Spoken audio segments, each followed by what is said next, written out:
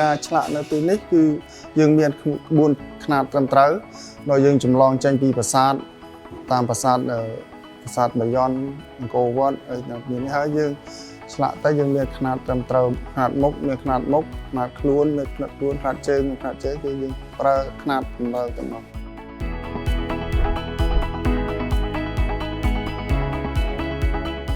សម្បត្តិឈ្មោះផលសុភាពជាប្រធានផ្នែកសម្បត្តិថ្មនៅទីនេះជាប្រធានក្រុមហើយនឹងធ្វើការនៅនេះអស់រយៈពេល25ឆ្នាំនៅក្នុងរោងជាងនេះគឺមាន14នាក់គាត់មានជំនាញផ្សេ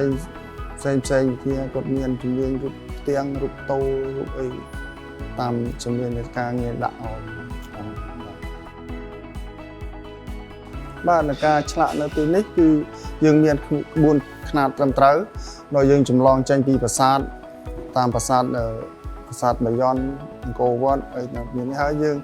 ឆ្លាក់ទៅយើងមានខ្នាតត្រឹមត្រូវខ្នាតមុខមានខ្នាតមុខខ្នាតខ្លួនមានខ្នាតខ្លួនខ្នាតជើងមានខ្នាតជើងគឺយើងប្រើខ្នាតត្រឹមត្រូវទាំងនោះឧទាហរណ៍ដូចជារូបមួយនេះយើងមានរូបមួយទៀតដើម្បីយើងចម្លងឲ្យប៉ិនគ្នាទៅបើយើងធ្វើកន្លែងនេះទៅកន្លែងនោះក៏នៅរូបនោះនៅប៉ិនគ្នាដែរភាគច្រើនគឺតាមក្បួនខ្នាតបុរាណរបស់ខ្លះយើងមានអាចថាយើងមានរូបសម័យតិចតាមដាក់ជាសត្វជាអីនៅទីនេះគឺវត្ថុធាតុដើមគឺមានតែថ្មវាមានពីរប្រភេទថ្មគេហៅថាថ្មក្រហម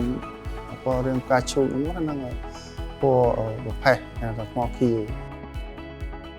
តែរំបាកគេវានឹងយកដូចតែវាផ្ទាត់ណាវាផុយស្រួលទៅវាយើងដាក់ទៅយើងត្រូវការយកចិត្តទុកដាក់ខ្ពស់ហើយនឹងមានសុវត្ថិភាពបាទយូរជាងគេរហូតដល់រយៈពេល2ទៅ3ខែតាមរូបតាមទំហំនៃរូបដូចជារូបតូចយើងអាចធ្វើតែមួយថ្ងៃហើយ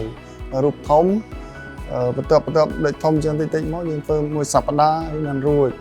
ពីមុនគឺ2សប្តាហ៍បានរួច3សប្តាហ៍ទៅ4សប្តាហ៍ឬក៏2ខែទៅ3ខែបានរួចតាមទំហំនៃរូបមួយទឹកដៃមាននៅយើងសិបកអង្គរយើងនេះយើងប្រៀបធៀបទៅខាងក្រៅគឺថាយើងមានទឹកដៃប្រសើរជាងដោយសារយើងទី1យើងធ្វើឲ្យមានគេអ្នកត្រួតពិនិត្យគុណភាពបន្ទាប់ប្រធានក្រុមត្រួតពិនិត្យគុណភាពរួចបន្ទាប់មកបញ្ជូនឲ្យខាងអ្នកពិនិត្យគុណភាពមកតង់ទៀតមកវគ្គទៀតដើម្បីមុននឹងយើងយករូបនឹងទៅលក់បានគឺយើងត្រួតពិនិត្យគុណភាពចំនួន2ដងសម្រាប់នៅក្នុងរោងជាងនេះគឺមានច្រើនគឺភាគច្រើនគឺភ្ញៀវបរទេសគឺភ្ញៀវជាតិយើងមានខ្លះដែរតាមមានដូចជាបុណ្យជំបិណ្ឌចូលឆ្នាំអីហ្នឹងมันមានច្រើនបើរាល់ថ្ងៃគឺជាប្រចាំគឺភ្ញៀវបរទេសភាគច្រើនបាទខ្ញុំចង់ពេលនេះដល់បងប្អូនប្រជាពលរដ្ឋខ្មែរយើងឲ្យគាត់ជួយគ្រប់គ្រងផលិតផលខ្មែរផលិតដោយដៃដោយកូនខ្មែរផ្ទាល់កុំឲ្យបាត់កេរដំណែលរបស់ដូនតាយើងពីសម័យមុន